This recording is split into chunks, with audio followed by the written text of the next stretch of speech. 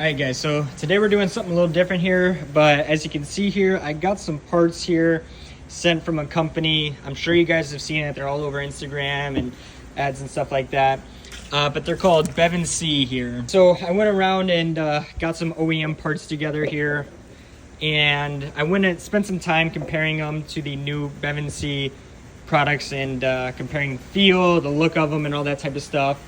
The reason why I went with these parts specifically, kind of just wanted to get a variety, a range of parts that they offer, just to get a feel of their quality in general. So first and foremost here, we got the water pump pulley and the power steering pulley. These are made out of metal and they honestly feel good. Besides that, we have a magnetic drain plug here. I really do like the idea of the magnet because this can catch any metal that might be floating around your oil.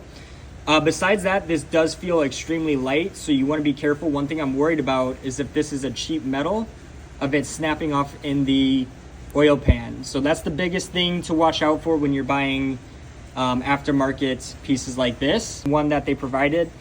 And I'm just going to go ahead and throw that out. You can tell that that's some cheap metal here, so you want to make sure you get the good brass locking washer here, the crush washer, because we don't want to have a leak.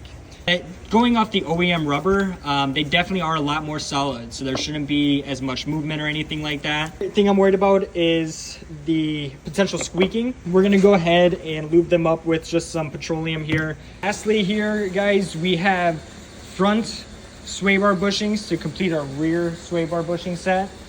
These are supposed to give us a little bit of performance, stiffen things up, last a little bit longer than original rubber bushing, etc., etc. So excited to try these out.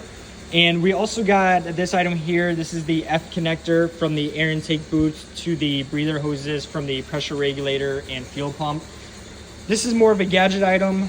You're not going to get any performance out of this, but I will say if I can replace a brittle plastic part, an old brittle plastic part from my BMW, and replace it with a more sturdy and solid metal piece, I'm not opposed to that. All right, and here we are with the original sway bar bushings removed. But yeah, these feel good, and I can tell that these were getting worn out. So now let's go ahead and start installing some of these parts. All right, and there it is. First item installed, the poly sway bar bushings. For anybody wondering on how to get them off, you'll see there's a 13mm bolts right there, and then there's a 13mm on the backside where my finger's at. Undo those, one on each side, and then simply just push the sway bar up and you'll be able to drop those bushings out.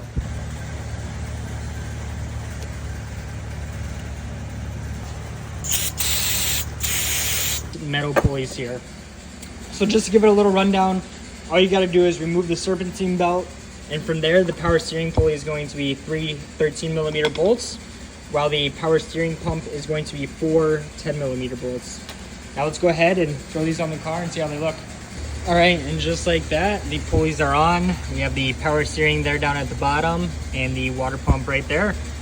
And there it is, guys. Super simple install. Just plugged into a couple vacuum hoses and everything fits good. Don't have to worry about a vacuum leak or anything like that. So let's move forward.